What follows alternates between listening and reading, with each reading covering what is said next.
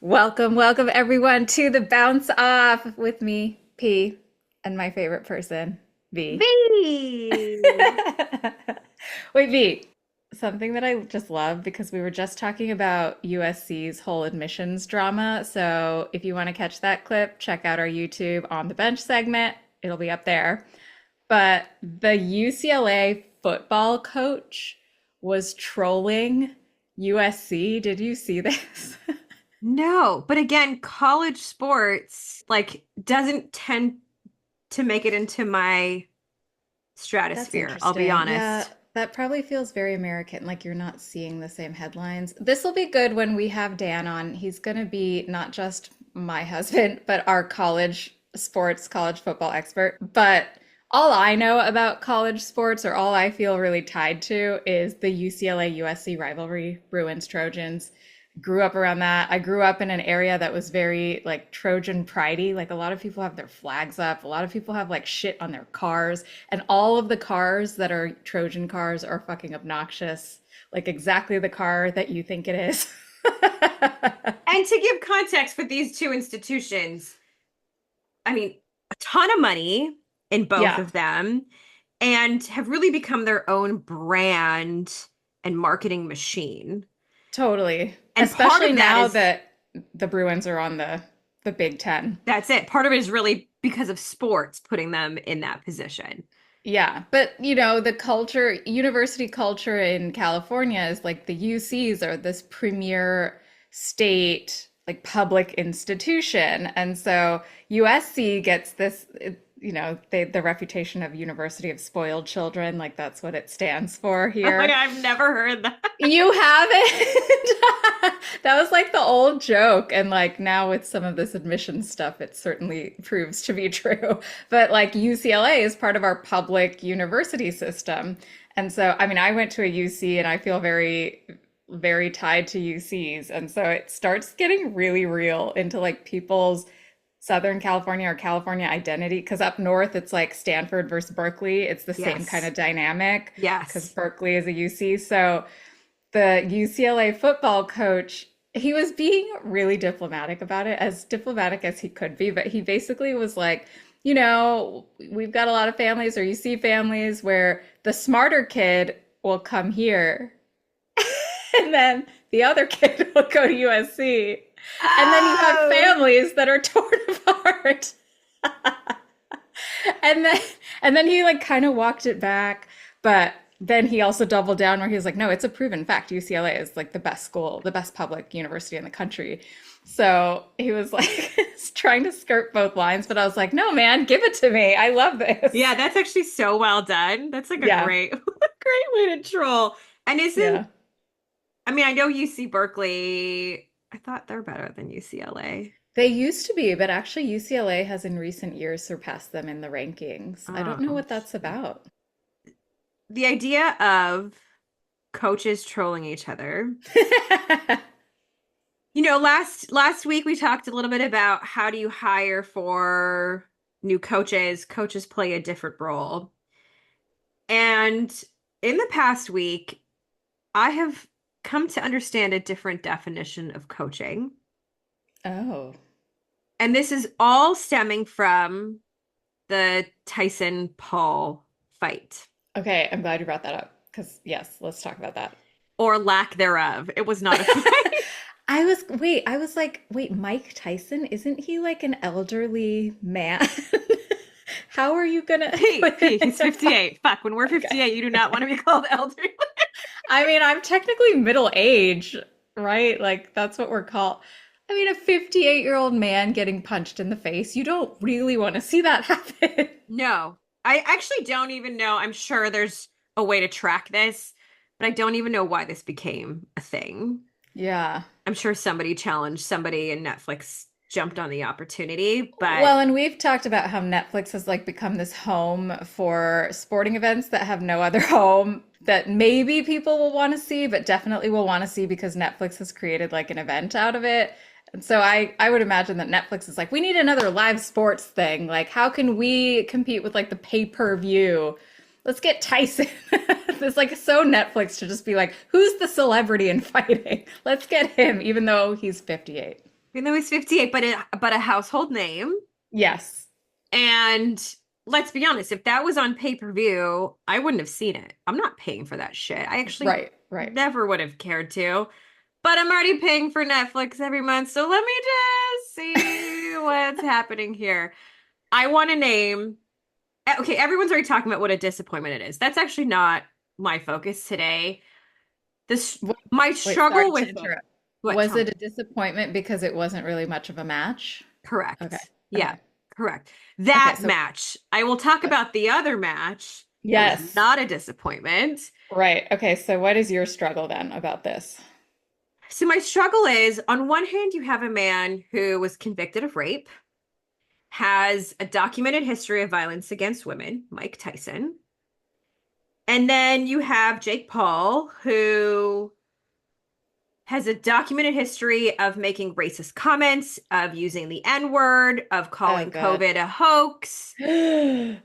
When he won the fight, P, he said something like, well, now we're entering the era of truth. Like he's a Trump supporter and used that Oh. lingo afterward. And I still, even with all that cognitive dissonance, was like, but I got to see it because I'm going to have FOMO and I just need to know what's going down. Yeah. But fuck me if I didn't struggle the entire time watching that fight, not only with all of these thoughts circulating, because the fight was so boring that it only gave me space to think about these things, but also just like, what are we doing here? Like, Yeah. what is this spectacle? Are we all just so exhausted and so stressed out that 60 million or whatever the stat is now, 60 million around the world decided to tune into this, and this is the thing Oh, I that have the stats, but I'll give it to you after when you start talking about the girls. okay. Okay. But it's true. So I, as you know, was at an EDM show that night, Oh, and and you know how I know? Because I got text message at fucking 3 a.m. I love texting V in the morning when I'm coming off of And an then I'm usually experience. like, and I heard my phone buzz a little bit. My fault. I didn't put it on silence. You knew. That's But why you did it. but I kind of knew because I knew you were going to be on one that night. And there is also this thought of like, holy shit, when you have 11 missed texts from somebody, like some shit's got to be good or there's a fucking emergency and I also need to know this. And of course, for what we text for an hour between the hours of 3 a.m. and 4 a.m. P. Oh God. Only because you got up to go to the bathroom. Well, anyway, thank you for being that for me. I love you. Happy to roll Um, along with you. we were in line to get into this thing, and it was like a shit show. It was a lot of chaos, a lot of people just crowding in. And I am not kidding when I say everyone around me had this game up on their phones. We're like about to go into this EDM show, and everyone's just watching it on their phones. Wow. Yeah. Wow. That's how much of a spectacle this Yeah. thing Yeah. was. And I don't even know if people went in expecting that there was actually going to be a legit great boxing match. It just goes back to that whole idea of when being a sports fan and wanting to feel good about being a sports fan, I have to Yeah. be honest, I didn't feel good. In fact, because the fight was so bad, I walked away feeling worse about my decision to dedicate time. I should have just watched Taylor and Serrano. I should just watch that match and turn it off because that How do was the you highlight. how do you feel about watching boxing in general? Like that kind of sport makes me feel uncomfortable. It's different from like I love watching martial arts or like, sparring at the Olympics, but boxing, just to say that like the thing that stresses me out the most about sports is head injuries. Like that's all I can think of, and like people are just getting pounded in the face, and I'm like, I don't find this to be sport. I know that there are greats who have made their athletic careers in sports really something to behold, but I don't understand it as a sport personally. I mean, I actually really appreciate it as a sport. I take a different approach. I think Okay. there is so much training behind it. And maybe part of it's because I've seen people train. I've known people who are in boxing. I've seen the hard work that goes into it. I've seen the technique and the strategy. Hmm. Yes, of course, if you land a punch, you land a punch, like somebody's Yeah. getting hurt. That being said, I would offer that a lot of sports somebody's getting hurt, Yeah. maybe not just because of a blow to the face, but they also are injured because we like want them to be a machine Totally. and that's just where they are. So I think maybe once I don't know, P, I don't know if you would appreciate it more learning some of the training and the technicalities behind it. I do think it's like a badass sport. I've seen it be a really great sport for people for their mental health as well, where Yeah, that's true. I have all this energy, I have this, let's call it aggression. What's a great way to channel it? And I do think boxing is a great way to channel it because it's a contained atmosphere, right? You've got rules, you've got a referee, you've Mm, got padding to some degree, but that's that true. Yeah, but go I will ahead. say the like UFC shit, that shit is hard for me to watch. Yeah, that because it's like no gloves and it's just kind of like literally bare knuckles. I think, yeah, you're like, I've seen a lot about Muhammad Ali. I've seen a lot of photos, like mid action shots of his body. It's really incredible, like the mastery he had over his body when he was doing that fight. And like, I know what happened to him. I Yeah. think it's just Yeah. like I could really be into the rules and the structure as long as they weren't able or allowed to punch in the head.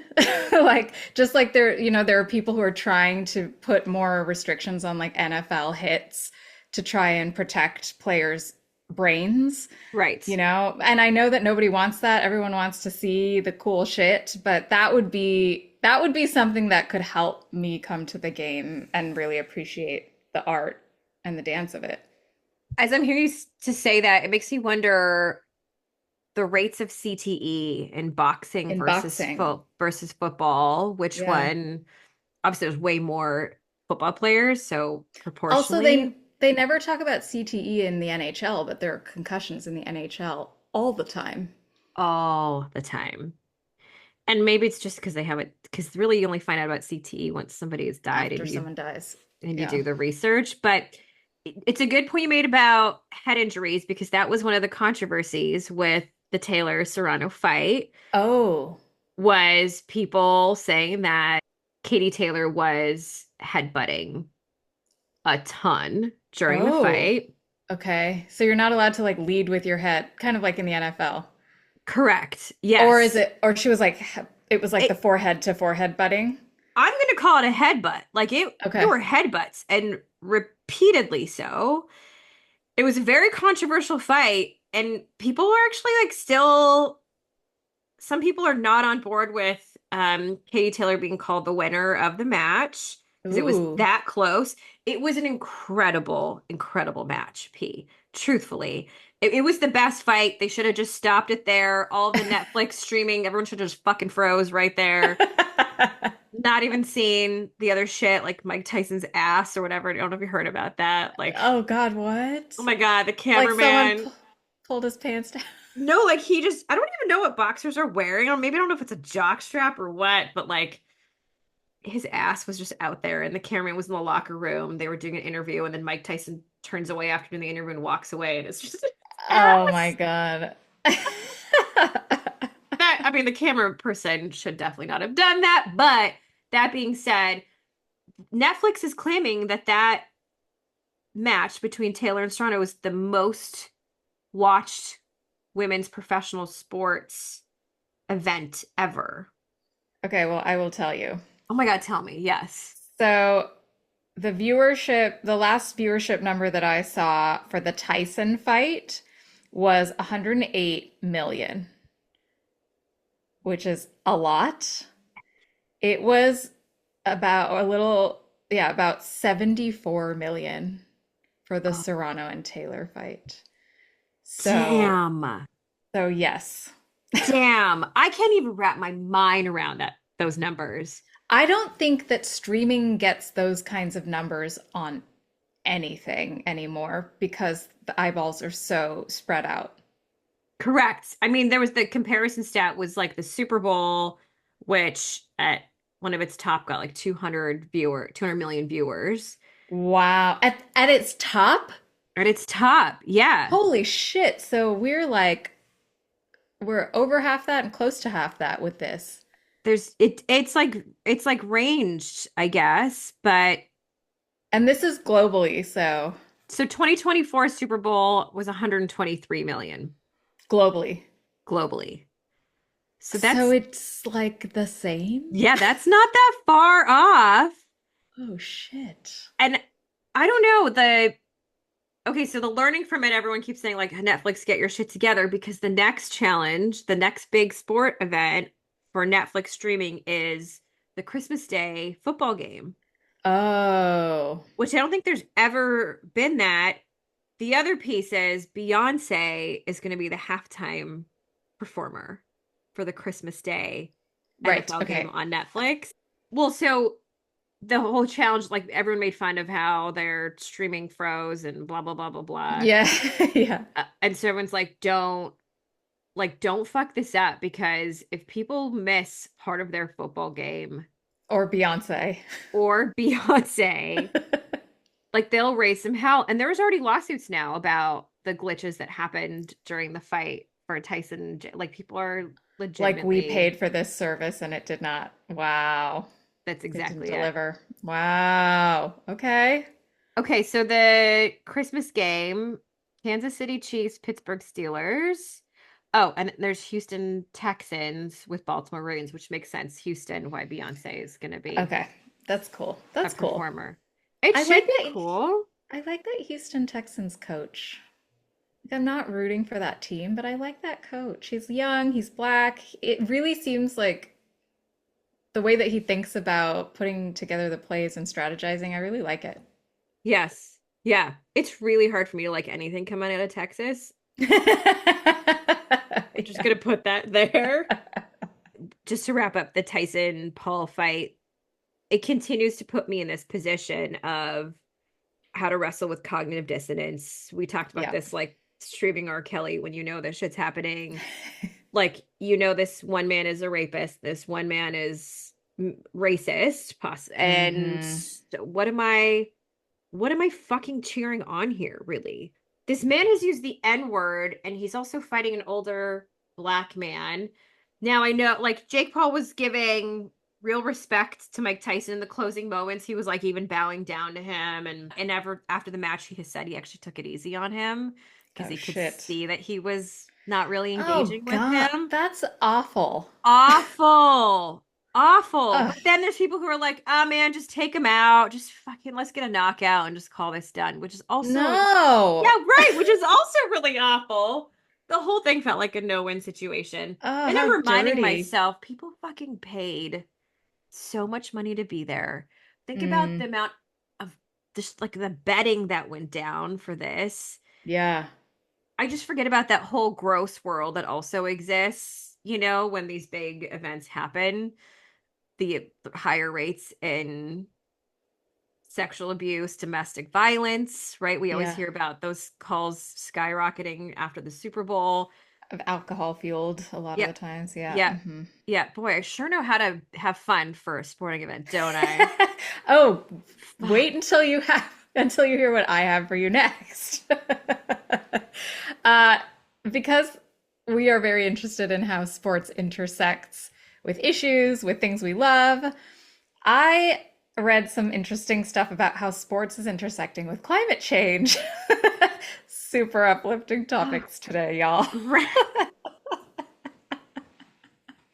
Well, that's an interesting intersection. Wait, I have to be honest, I've never thought about this before. But like, why wouldn't it, right? Because cities that play sports are getting hit by hurricanes or going to be dealing with extreme heat. And that's exactly what I'm. So, you know that the Rays Tropicana Field in Florida was basically decimated by Hurricane Milton. They're going to have to play in like a minor league stadium for probably years until this stadium gets rebuilt. And watching the photos of this was really wild because this is a sports arena. Like these are huge structures and it's like gone. Like the roof is gone. It's a mess in there. It's like, I don't know if anyone saw that movie, The Batman, but it's like what happened to the Gotham Square Garden arena in that movie. Like that's all I was thinking is like, this doesn't seem real. This feels like really, really wild to see. But you're And right. then, Most expensive structures, expensive materials, and yeah, even it's then, still yeah, decimated. like built by rich corporations with the infrastructure support of the surrounding town and built for safety, you would think. So, on the other side of the country, on our coast, where we've had heat waves and all kinds of weird shit and droughts and stuff. So, you know that the Oakland Athletics are leaving Oakland, which I don't even understand this, B, because I guess, they aren't bringing in revenue and there isn't a good enough fan base. And so they're moving to Las Vegas. But the Las Vegas stadium is nowhere near constructed. It's going to take them 3 years to build this stadium.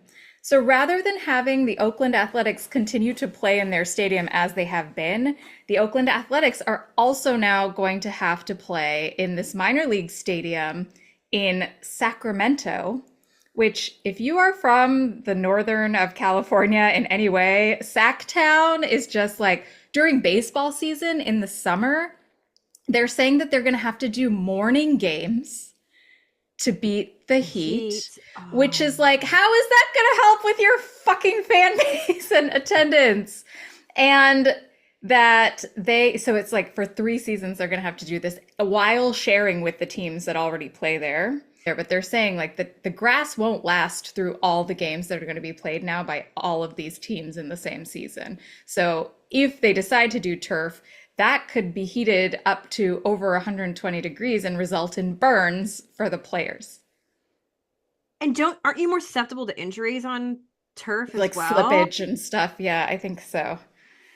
So this is just like a huge disaster. I don't really understand why the Oakland Athletics is doing things this way. It doesn't make sense to me. I'm sure there are reasons, but the interesting thing about this was just everybody, I think, tries to compartmentalize how climate change is affecting all of us, or we try to find our little kind of slice of like what we feel like we can do about this. And sports, as we've talked about for a lot of people, is joy, it's escapism.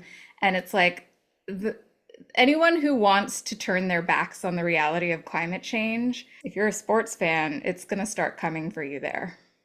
Correct. Actually, P, I know I mentioned that I have never thought about this, but I absolutely have because the world I know it in is golf. The reason why is because there's so much water use Yeah. to maintain a golf course. And usually in deserts where that terrain wouldn't necessarily belong. Yeah. And even in, called like a state like California, where when there are water restrictions, golf courses are also restricted. Yeah. And then you hear the patrons saying, oh my God, but then now the quality of the grass isn't great. And now I don't want to golf here. There are some country clubs that say, okay, well, if you very rich members want to pay our fines, we will continue to water the golf course Oh my and we God. will break these restrictions. We will incur fines, but if you're going to help us pay for it, we'll do it. And that's what's And they happened. do.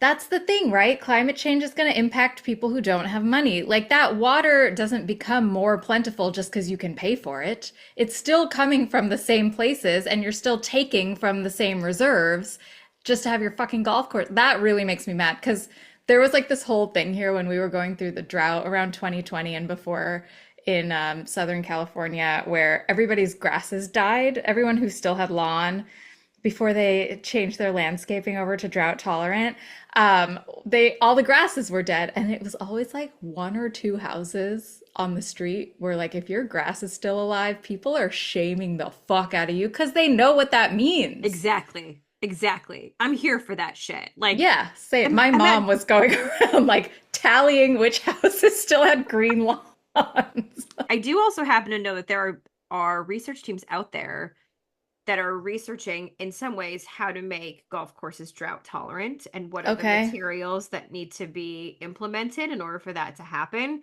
which I think is dope and a great way to Yes. keep that sport sustainable. Do that. Just plant a bunch of succulents on the sides instead of like because there's the green and then there's also all the lawn around the green. So it's like make all of that drought top Succulent? like it's so much prettier when Could it's all you? succulents and rocks. I'm just like imagining like holding a pitching wedge trying to fucking hit a ball out of Yeah, this when it's in there. succulent. It's every golf course is just gonna look like a millennial's front yard.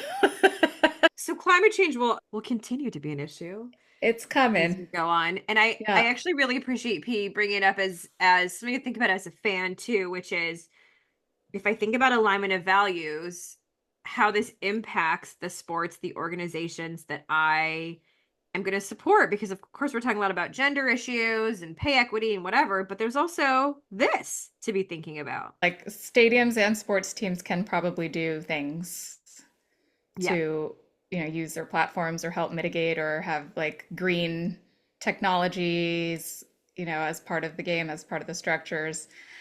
We'll see. We will see how all of it goes. Okay, so can I flex on some data here for Yes, a please. second? Because you just brought that data about the viewership, and it reminded me of a study that got published this past week, maybe this past month. And the organization, it's a national nonprofit here in Canada called Canadian Women in Sport. And their entire mission is acting as a voice for girls and women in sports in Canada. So they conducted a research study. Over 2,000 girls participated in it just this past summer. And in essence, it's just trying to understand what's the state of sport with girls and women. And there are some interesting findings in this that I want to share, which is when girls are young, let's just like pre-puberty, there's a relatively similar rate of participation in sport as to boys, something like 63 to 68%. Okay. But then as girls hit puberty, there is an incredible drop off. Ooh. And most of these girls in this study cited things like body image. 1 in 3 reported comments about their bodies. So someone else made a comment about their body that undermined their confidence, which is heartbreaking to think about. I was going to say nearly 1 in 2 girls from the age of 13 to 18 reported a feeling that their menstrual cycle impacted their participation in sport. Yeah, I was wondering about that. Yeah. That's 50% of girls who are menstruating saying that this is impacting their participation, which Mm-hmm. I understand. There are going to be some days where it's just Mm-hmm. not going to happen. So again, it brings us back to this idea of how do we, first of all, what kind of training are coaches having around this? And how are we designing an environment and a support staff and team for these girls to continue to participate? Because interestingly, 70% of them say, yeah, but sports really positively impacts my mental health. Like, Yeah. I feel really good about stepping on there. I feel good about my teamwork. I feel good about the camaraderie and support and accomplishment and achievement. And yet, we're hearing when they hit puberty, many of them drop out because of Mm-hmm. body confidence and then also not quite knowing how to navigate sports while menstruating. So like obviously we know the world is kind of created without like female concerns in mind and like we just kind of have to like get on board with that system and for boys in sports I would imagine and for men in sports it's very linear, right? Like there's a strategy and a plan to your training and it's for the sake of strengthening a certain thing or leveling up on a skill. There was a lot of stuff a while back, like a book and a lot of discourse on how women can and should be training based on their cycles because the hormonal shifts that we go throughout the month are so impactful in terms of how we can build muscle, when we can and can't, when that's going to be an easier or harder thing to do, when our energy levels are going to be at their best, when we may be at risk for being a little anemic, right? Like there are all of these concerns so that like a girls sports training program could feasibly build cyclical training into their programs, right? So that girls kind of like choose their module of training based on how they're feeling, where they are in their cycles, and become more attuned to their bodies as a result. But because we are following along with this kind of like this one way method, I do think that that takes us out of connection with our bodies, which you inevitably need to become an elite athlete. And then that does probably put a lot of our girls at a disadvantage. Completely. And in fact, I think what we're actually asking girls to do is become less in touch with their bodies if Yes. they're going to go through sport in this Or very just male like driven way. push it aside, even if there is a discomfort, which, that translates in a lot of other ways too. Correct. Exactly. And that, I mean, I'm not exaggerating here when I say then it transfers over to healthcare. It transfers over when you're Yeah. older, which is you don't Yeah. know what symptoms you're trying to report. You don't know what's in your head, and Right. what your doctor's going to care about. And it Or how to advocate for yourself, whether to a doctor or in your own relationships. correct. It's actually really hard to know. And I'll say this even when I was a teenager, hard to know what's normal or not in your Yeah. body. I think about this sometimes when I'm watching sports. How are you do? Are you menstruating right now? And how are you doing this? Maybe Yeah, you're taking a totally. bunch of pain meds. Fuck, I don't know. Yeah, but then how do you take pain meds and then like still show up to the Olympics with like an elite performance? I know. And get drug tested. When Yeah. honestly, sometimes the best thing for my menstrual cramps is just I gotta like It's smoke weed. some weed. Yeah. Yes, Yeah. Yeah. truly. Hmm. And but if I did, I'd be banned from competing in any fucking sport.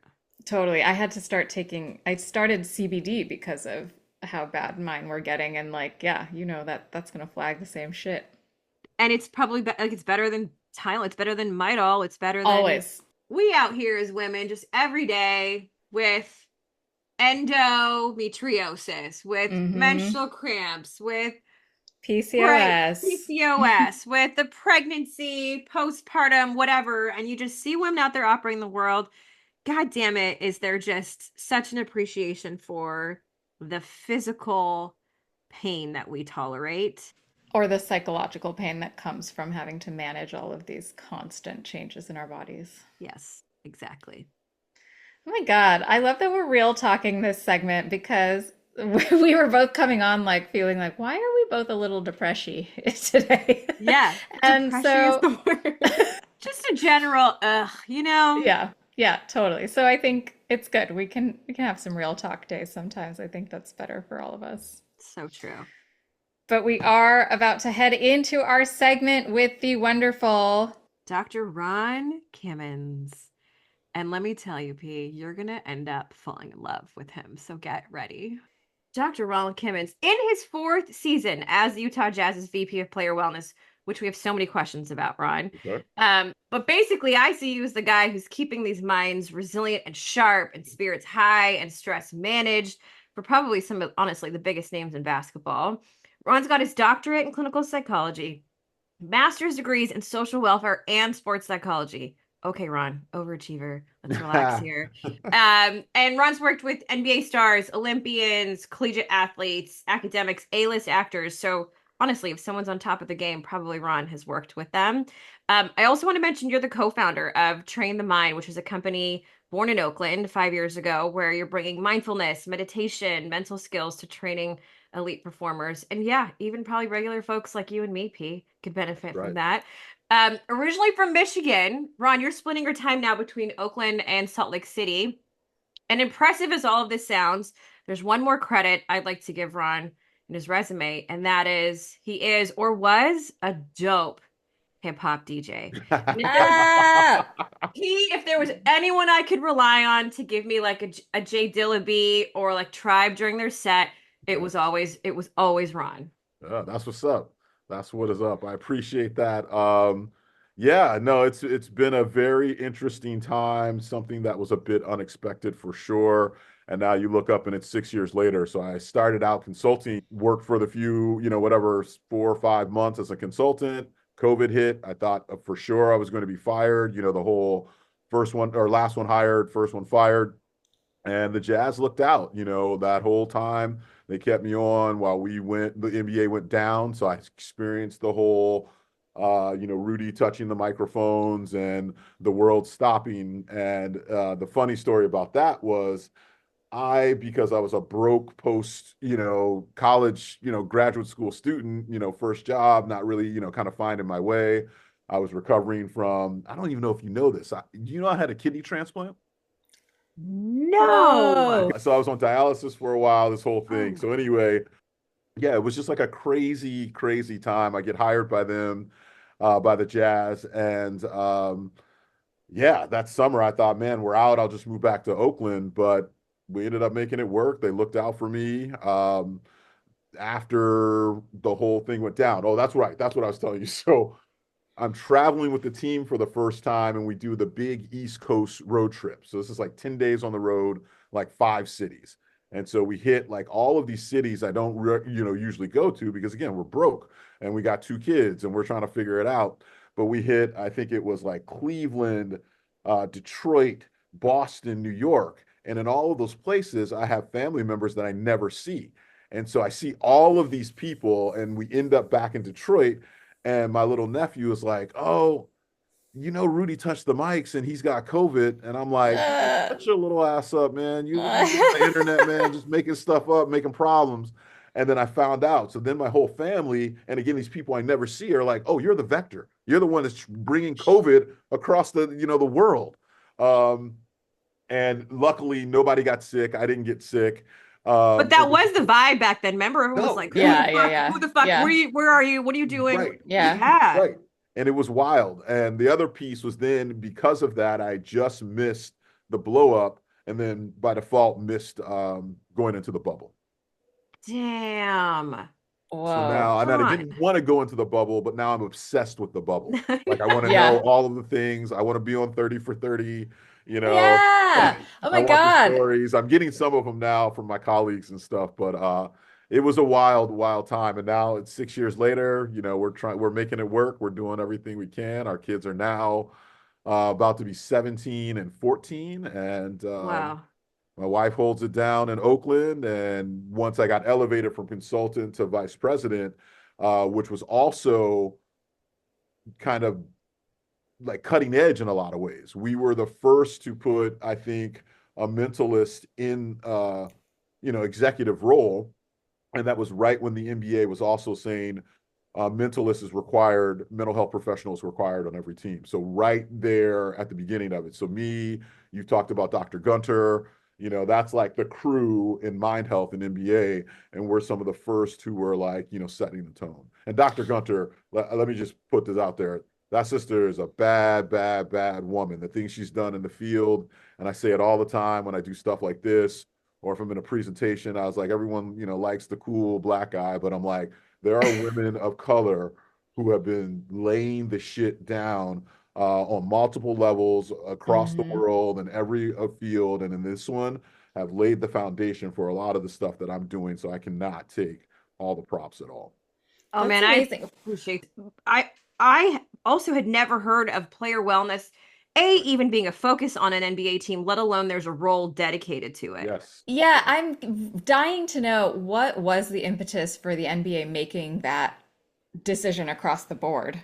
I think it was just from my experience, like growth. But I also think that like in the background and probably all the sports, people had people, either individually, maybe some coaches, maybe some executives were a little more progressive in having what we're now calling mind health as a factor, but really focusing probably more on just like mental health. Now we know that mind health is, performance, it's wellness, it's all of these different things. And so I think they had just gotten to a point where the reality was like, hey, look, if we're going to invest all this time, money, the players are getting younger, guys are starting to talk about issues, mental health is the new thing that we're talking about out loud. It was like, why are you not, giving props or access or making this more of a thing? And so that was at least the way it seemed to come about for me and the way I took it on. Why are you not is maybe a question we could ask other leagues. There you go. And I think at this point, there are, I know the NFL, MLB, and MLB has actually been ahead of it, but quietly ahead of it. I think, the minor leagues is really, really focused. And so for us, it seemed a little more, at least for me, more normal, like, oh yeah, people are doing this, but then you realize there was still so many, hurdles, if you will, people not sure. And so I think it's a culture thing. I think it's a men thing, all Hmm. the stuff that we know. now in terms of like understanding social justice and everything else. I think all those things were in effect. But now people realize like, no, this is another, facet. This is another part of the machine that have been missing. Mm. And we're still in many ways in the infancy, we're still building it. And I think a lot about my role. I'm building it for somebody else, I'm just going to be the old guy. I mean, I feel like the old guy now, but I'm going to be the old guy in a couple of years, and like the young bucks got to come in, and hopefully the foundation that me, Dr. Gunter, people like that are laying will set it up for ever. That's what's up. Hmm. It's so interesting, Ron, that you said it's a male thing, because a lot of what P and I break down really are, and with our guests, is the differences that we've seen between women's professional leagues, men's professional leagues, and also the fan base that grows based on it. So one of the things we talk a lot about is the WNBA is so transparent to these teams about where their values are, what Yeah. social justice issues they align with. And sometimes it makes me wonder then if male athletes are encouraged to address their mental health differently than female athletes simply Mm. because the environments are so different as well. Yeah, I think that's very fair. And we talk about it a lot. I talk about it in any presentation. And again, with the guys, like, we talked about this in school. Because again, JFK, for what, the good and the bad, like of any graduate program, we were progressive and we were talking about social justice and speaking that language long before. But what we know is that men are way more able to say, my back hurts, my knee hurts, but can you say your mind hurts? Can you say your heart hurts? There's no language for that. And so we're really, in a lot of ways, developing that language, or at least encouraging that language to be, put out there. And so it's a lot of role modeling. It's not Mm, psychotherapy at all. It's mm, a lot of role modeling. It's a lot of Naming. psychoeducation. You know what I Hmm. mean? So being present, naming things, and showing truths, and just letting people be aware that like it's okay to be human. And so I feel like that's the role as much as anything else. And so, and then also I feel lucky because guys took me on pretty quickly. mm. And at work, I don't even know if many of them know my name because they just call me Doc or they call me OG. So Yes. bestowed the title of OG in the Black community, the male community is huge. Yeah. Yes. So I took it and run with it and, let it be that. So I just keep growing this thing out. The glasses keep getting bigger, That's what's bigger. The up. That's your head keeps getting more credibility. bald. The braids are gone, but the vibe is still the same. So that's what's up. Wait. Okay, so as you're talking about being humans, there's something that I grapple with a lot as a sports fan because we tend to like prop up onto pedestals really high performers. For sure. And there is this sense, with your Michael Jordans or your Tiger Woods, that the perfection that is necessary to be the GOAT is Yes. kind of just like what people they say this is good, this is okay, this is something that we find really inspirational, but there is clearly so much mental health issue Yes. behind that type of mentality. So I always wonder, like, is there a balance, is there a way to still be the goat but to find a more balanced mental Wow. standpoint? I think that's a great question because it's a hard balance for sure. I saw an NFL player say it the other day. One of the guys was interviewing him, and they said, "Well, he's talking. He's very gregarious. This is right before the game." And then and it's an old guy talking to a young guy, and he's like, "Well, what are you about to do now?" In his pregame routine. He's like, "You know what it is, man." He's like, "I got to go back to the locker room and go to the dark place." Oh. So the dark place is that level of putting your body, your soul, all these things out there. And so because of that, absolutely we have to think about mental health and wellness because if you're living however many hours in the dark place, how do you get back to the light? And Mm. so we've got to be able to teach that. And I think when we go and we look back at the history and all the things, when we find out about athletes and them acting out and all those things, well, how many of them are, aside from the COVID, not COVID, but like the concussion stuff, you're living in the dark place. And if you don't Yeah. know how to turn that on and turn that off, which I think the newer athletes do, that's where I think mental health, wellness, sports psych, all these different things come into play. Okay, so you're talking about compartmentalizing a little bit and letting that kind of the goat mentality or the perfectionism mentality have its very specific place and role Right. so that it doesn't permeate into the rest of your life. As best you can, and I Yeah. think Yeah. that the other piece to that, when we talk about athletes, men, women, otherwise, high level performers, they're just as gifted and talented as the pianist or Hmm. the person in the spelling bee or whatever else. They're just doing it more with their physical body, but also having to incorporate the mind in a whole different way. Another experience in this job is like helping people understand like how much time, hours and hours of physical manipulation, Mm. sitting on the table, having someone yank and move your body all these different directions. That's a skill to me. That's a skill to sit there, to let the trainer work on you, to let the coach you hard so that you can achieve at the highest level. And sometimes that's not nice.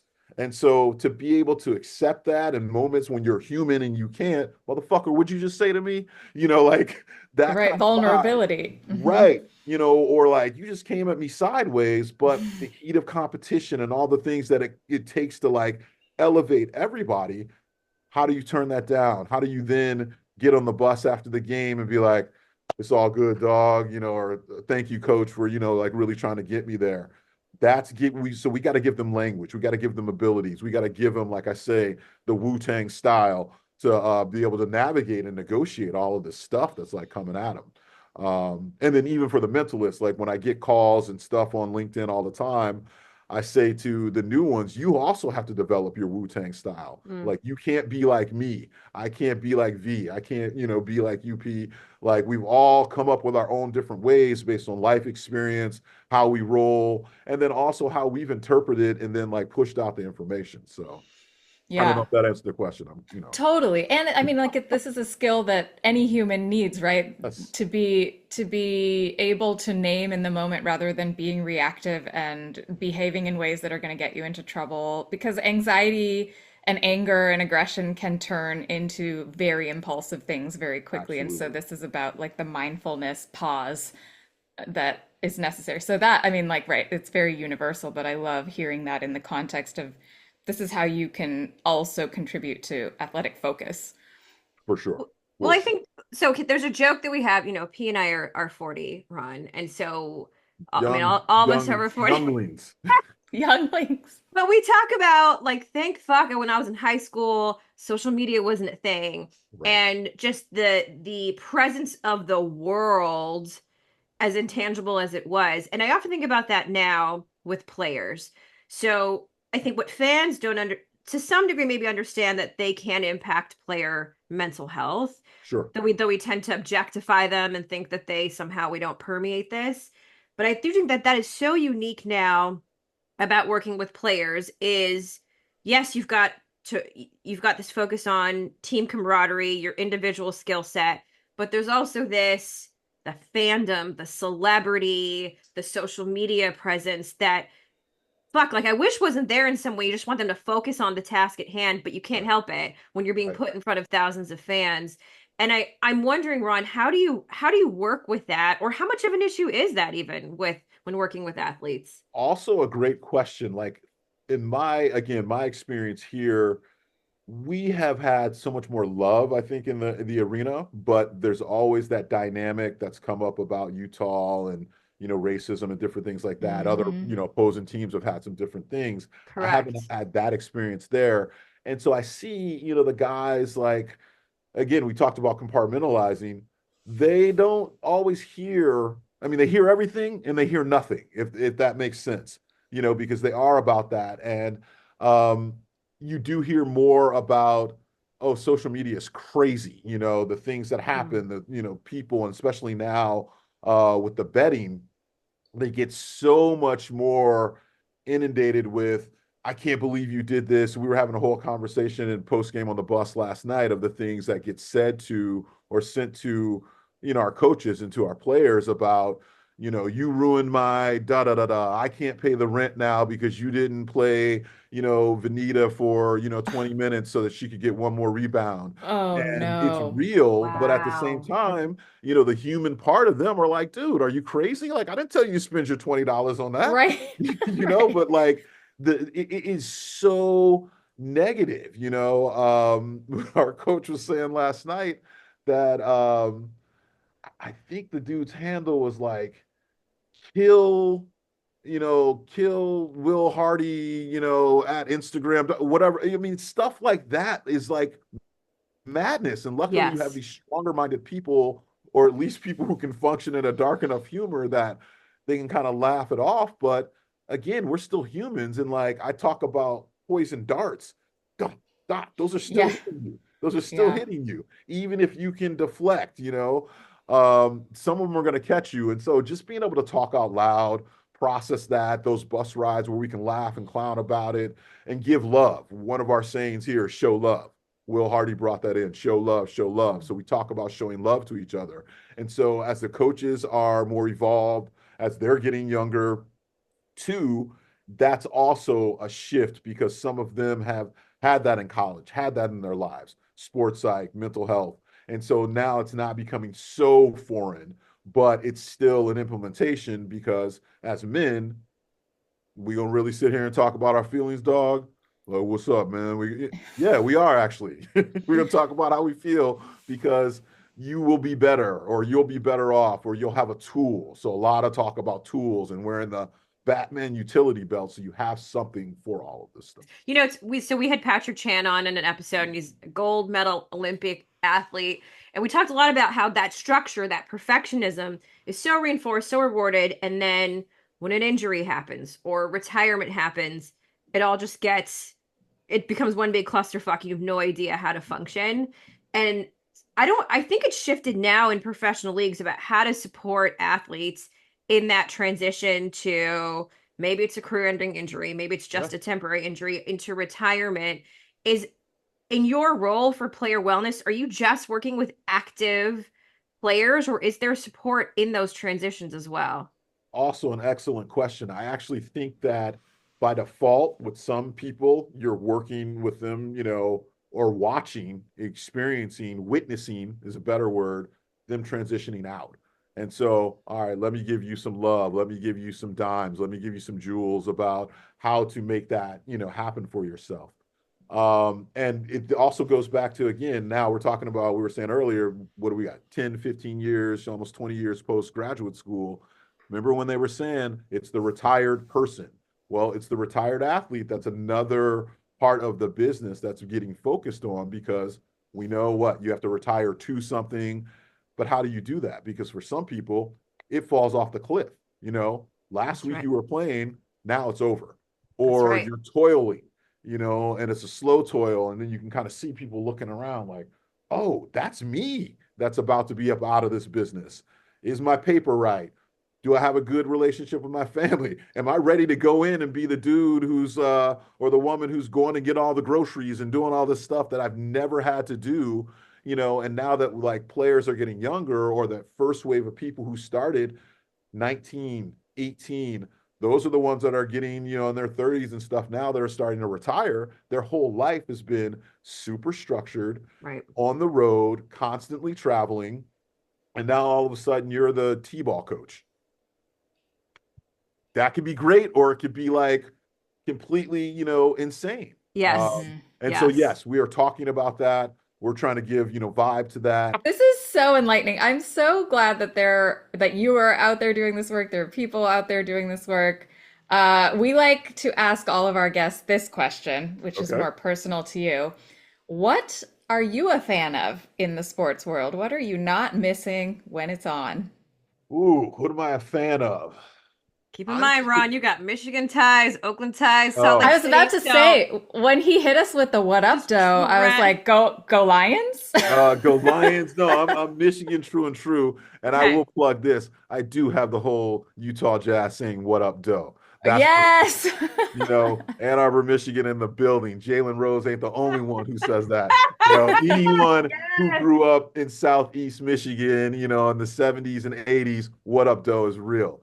And so Hmm. that is actually another one of those, like, it links people because I'll say that and they're like, wait, where you from? I thought you were from the town. Yep. I'm from the town too. Hella, hella, hella, hella what? So, Oh, Well, hello, damn. hello will put you in NorCal. right, right.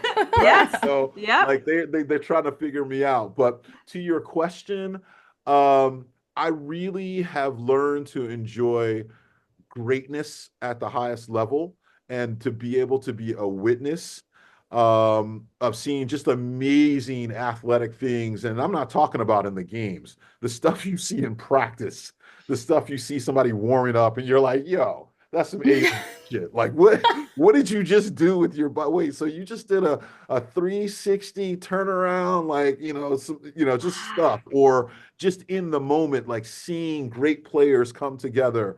But I'm a big Michigan fan.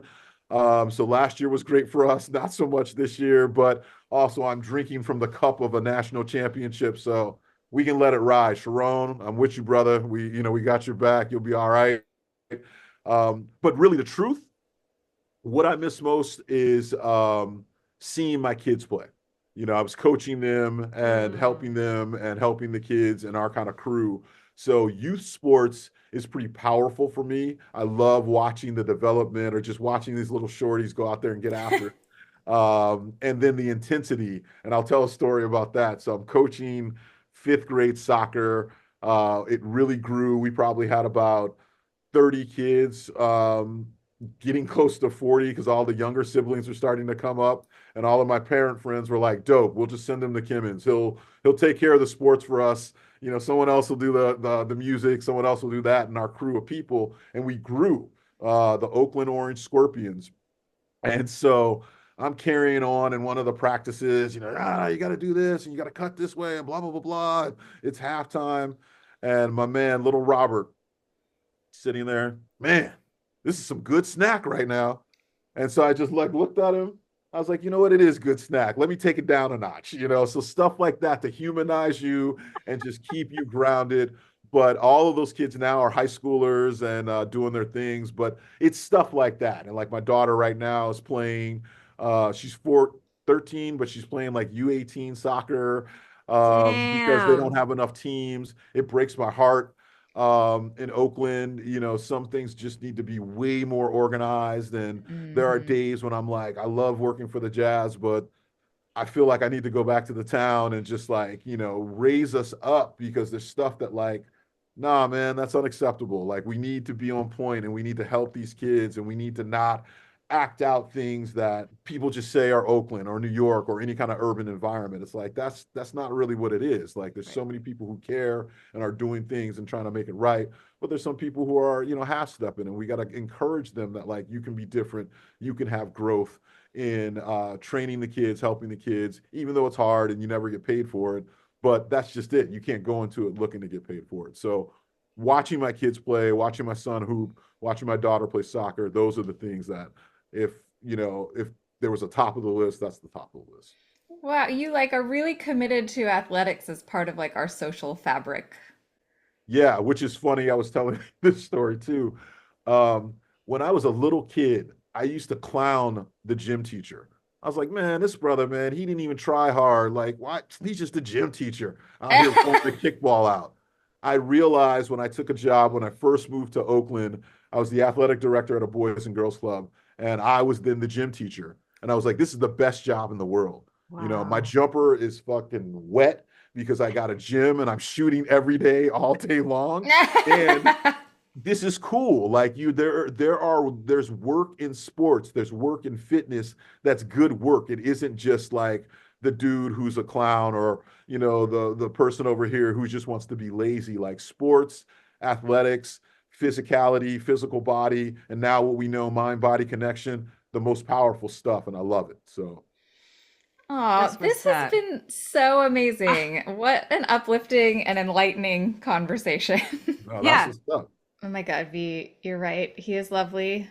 He was kind of humble about it, but I really do think it's worth making sure that we call out that all these players that we see, whether it's a Simone Biles to a retiring Rafa Nadal to an entire team, these folks have many people around them who have also made sacrifices in order to Hmm. fulfill the career goals of these individuals. Yeah.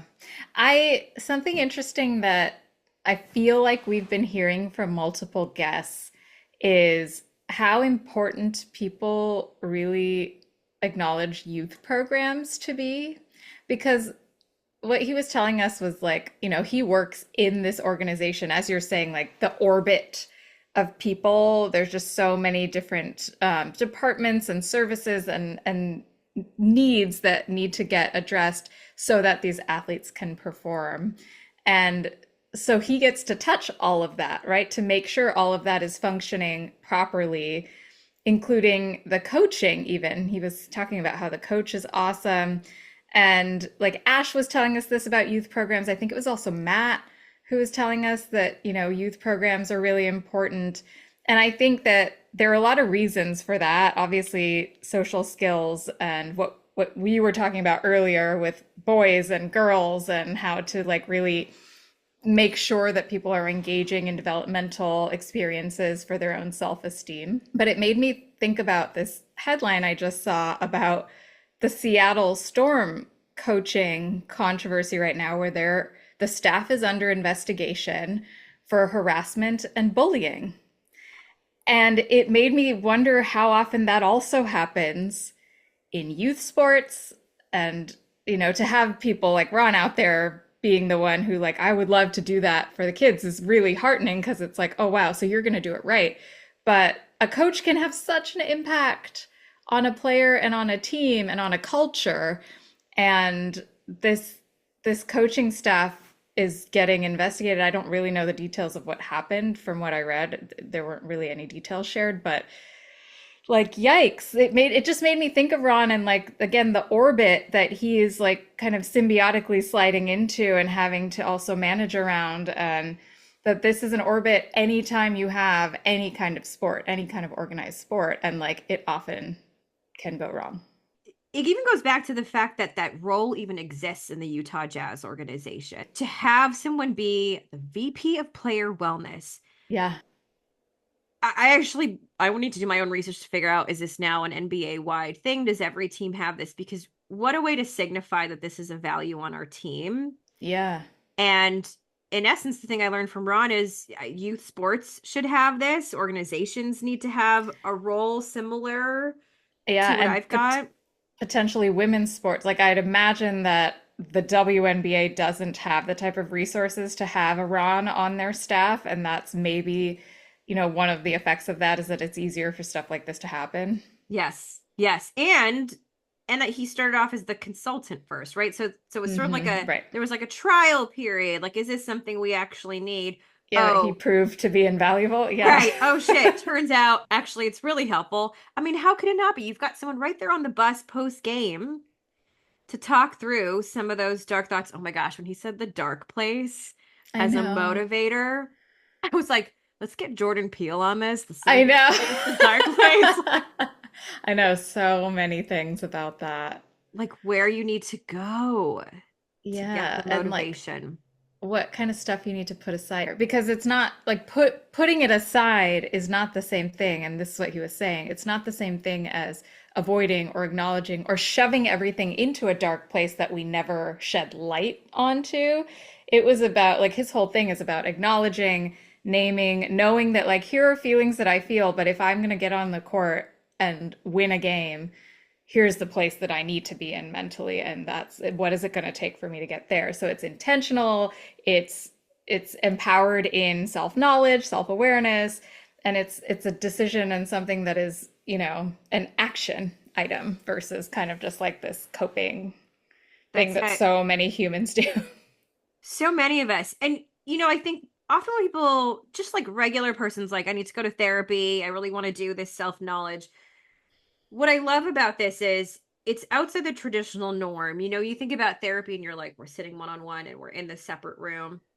Ron's doing on the bus. He's Yeah. probably doing it while they're getting their muscles warmed up on the Yeah. massage table. He's probably, you know what I mean? And that's that's how mental health, that's how wellness gets accessibility, is you Hmm. shake off some of these archaic traditional models of it, and that's how you really honestly get in the weeds. And what I'm hoping is, Ron has set the foundation for what this role should be. He also gave a shout out to Kenza, who's also incredible. These folks are setting a model for what it can be, and it's only going to get better from there. And my hope is then other leagues, other professional organizations follow suit. Like it's some groundbreaking shit that's happening and that he's a part of. It's amazing. And, we talked about this with Matt too, Matt Park, that it's beneficial too. Like in terms of your sports goals, your athletic goals, your team goals, like it's only meant to help improve performance because of the ways that we can get in our own way, or dynamics can get in our way. So yes, I think that it would be very prudent for every league to adopt this if they can. Every single league. All right, well, aside from Dr. Ron V, what are you currently obsessed with? Okay. Coming at you with a different one today. It's not Mariah. Okay. Recently, I was made aware that Jaleel White, aka Steve Urkel from the Family AKA, Matters, AKA Stefan Urkel. Laura's real crush? I don't Yeah. know. TBD. He's now 47, which I'm like, yep, okay, sounds about right. Makes sense. Yep. Anyway, he has a memoir that got released this week. But P, in this memoir, which I'm clearly reading, he was told by the producers and network executives to wear looser fitting jeans to hide his bulge that started to show up in the later seasons of Family Matters. With a straight face. What it showed up in later seasons because he was like going through puberty Correct. Yep, and correct. growing a huge dick. One can assume, P, that there was a sizable Look, man, that Stefan Urkel has BDE. yo. For real though. For real, like masturbation Like fodder. how are you gonna like be a nerd, invent a machine, and then become this other dude that the girl who can't stand you falls in love with? That is some BDE. The thing is, P, speaking about nerd, you can't be a lovable nerd and also have a bulge in your Right. jeans. Like it That's just, interesting. yep. But that just goes to show how nerds are like our unsung heroes because when you write them off, you just don't know exactly what you're missing. Give the nerds a chance, man. You I never mean, know. okay, so this is now made me want to go back to watch later episodes because the network executives said, like, let's get rid of the suspenders. We can't have Oh, up pants his being crotch pulled anymore. up anymore. Yeah. And we need to lower the pants as well because they were so high. Now I'm like, oh my God, when did they let go of the suspenders? I need to go back and watch this. Wait, I wonder if the whole impetus for Stefan Urkel was like so that we can put him in normal clothes more often. So that we can accommodate his bulge. Let's write in this other character. Let's just make him a character that is worthy of this bulge. Am I obsessed with bulge this week? I think that's what I'm saying. No, it's a very specific bulge though that you're obsessed with because it's like it feels like our brain is scrambled a little bit having to think about this. This doesn't go with the nerd and the suspenders, man. Anyway, that's fine. P, tell me, what are you obsessed with? We are always on the same wavelength. So it's funny that I'm getting something here. It's funny that you brought up Jaleel White because I have these two books that I used to read all the time. What? Yeah, this one is about like look at that's Janet Jackson right there. Yes. Oh my But God, you my just have these hanging out? Like, Yeah, I exactly. found them in like my old bookshelf. But the one that I really am obsessed with today is this one. Oh I my am God. having such a 90s supermodel thing right now. There have been, I would say, like over the past year, more than like three-ish docu-series that have to do with the 90s supermodels. And we're specifically talking about Naomi Campbell, Linda Evangelista, Cindy Crawford, Christy Turlington. They tend not to mention as many others. Like I loved Nikki Taylor and Karen Duffy.